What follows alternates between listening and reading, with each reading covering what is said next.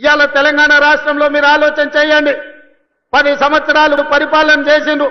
ఏనాడైనా పేదవాడికి ration card ఇవ్వాలన్న ఆలోచన వచ్చిందా? పేదవాడికి సన్న బియ్యంతో బుక్కెడు బువ్వ పెట్టాలన్న ఆలోచన ఎప్పుడైనా చేసిండ్రా? ఇవాళ 10 ఏళ్లలో మీరు ఇవ్వండి రేషన్ కార్డు, లక్షల కొద్ది రేషన్ కార్డు మేము ఇస్తున్నాం. కోట్ల మందికి 3,10,00,000 మందికి ఇవాళ సన్న బియ్యం ఇస్తే రేషన్ షాపుల దగ్గర పెద్ద పెద్ద బార్లు తీరిన లైన్లు ఉంటే ఇవాళ ఆయన అంటున్నాడు రేషన్ షాపుల కాడ బార్లు తీరినరని. మీరు గ్రామాలలో రేషన్ షాపులు ఎన్నడూ తెరవలే, బెల్ట్ షాపులు మీరు తెరిచిండ్రు.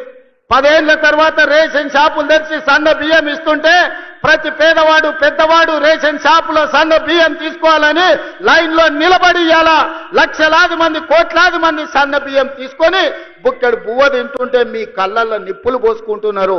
ఇది మీకు భావ్యమా అని నేను అడుగుతున్న వాళ్ళని. అందుకే ఇవాళ మిత్రులారా, రేషన్ కార్డులు ఇవ్వాలన్నా ఇందిరమ్మ రాజ్యంలోనే, సన్న బియ్యం పెట్టాలన్నా ఇందిరమ్మ రాజ్యంలోనే, మీరు పండించిన వడ్లకు కనీస మద్దతు ధర ఇవ్వడమే కాదు 500 రూపాయల బోనస్ ఇవ్వాలన్నా ఇందిరమ్మ రాజ్యంలోనే సాధ్యం.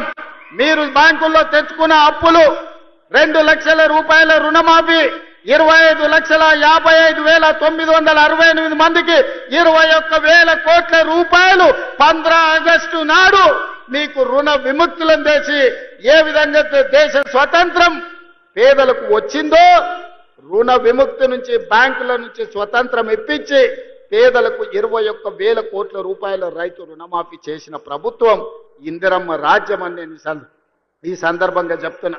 ఇదే కాదు, రైతు భరోసా ఇస్తలేరు. రైతు భరోసా రేవంత్ రెడ్డి ఎగ్గొట్టాడు. రైతులను మోసం చేసిందని ఊరూరా వాళ్ళు ఒగల ఏడుపులు ఏడ్చిండ్రు. ఇంటింటికి పోయిరు, కడుపులో తలకాయ పెట్టిర్రు. కడుపులోనేమో సంతోషంగా ఉంది, ఎగ్గొడితే బాగుండు మా పండుగ వండు అని. కానీ ఆనాడు తుమ్మల నాగేశ్వరరావు గారిని, బట్టి విక్రమార్క గారిని, మంత్రివర్గ సభ్యులందరినీ పిలిచి పేదలకు రైతు భరోసా చెయ్యాలి, 9 రోజుల్లో 9,000 కోట్లు, 1,49,00,000 మంది రైతులకు ఈ రోజు మన 1,49,00,000 ఎకరాలకు 70 లక్షల మంది రైతులకు 9,000 కోట్లు రైతు భరోసా ఖాతాలో 9 రోజుల్లో వేసి రైతుల కళ్ళల్లో సంతోషం చూసినాం. వ్యవసాయం దండుగ కాదు, వ్యవసాయం పండుగ అని గిట్టుబాటు ధరతో పాటు బోనస్ ఇచ్చినాం. రైతు రుణమాఫీతో పాటు రైతు భరోసా కార్యక్రమాలను అమలు చేసినాం. మీరు పండించండి, మీరు పండించిన చివరి గింజ వరకు కొనుగోలు చేస్తాం, 500 రూపాయల బోనస్ ఇస్తామని చెబితే 1 సంవత్సరం తిరిగే లోపలనే 2,85,00,000 మెట్రిక్ టన్నుల వడ్లు పండించి భారతదేశంలోనే తెలంగాణ రాష్ట్రం నెంబర్ 1 గా నిలబడి ఈరోజు దేశమే తలెత్తుకునే విధంగా వరి ధాన్యాన్ని ఉత్పత్తి చేసిన రాష్ట్రం తెలంగాణ ఉన్నది అని అంటే ఈరోజు మన రైతుల యొక్క కృషి, కాంగ్రెస్ ప్రభుత్వం యొక్క ప్రయత్నం అని చెప్పి నేను ఈరోజు చెప్పదలుచుకున్న మిత్రులారా.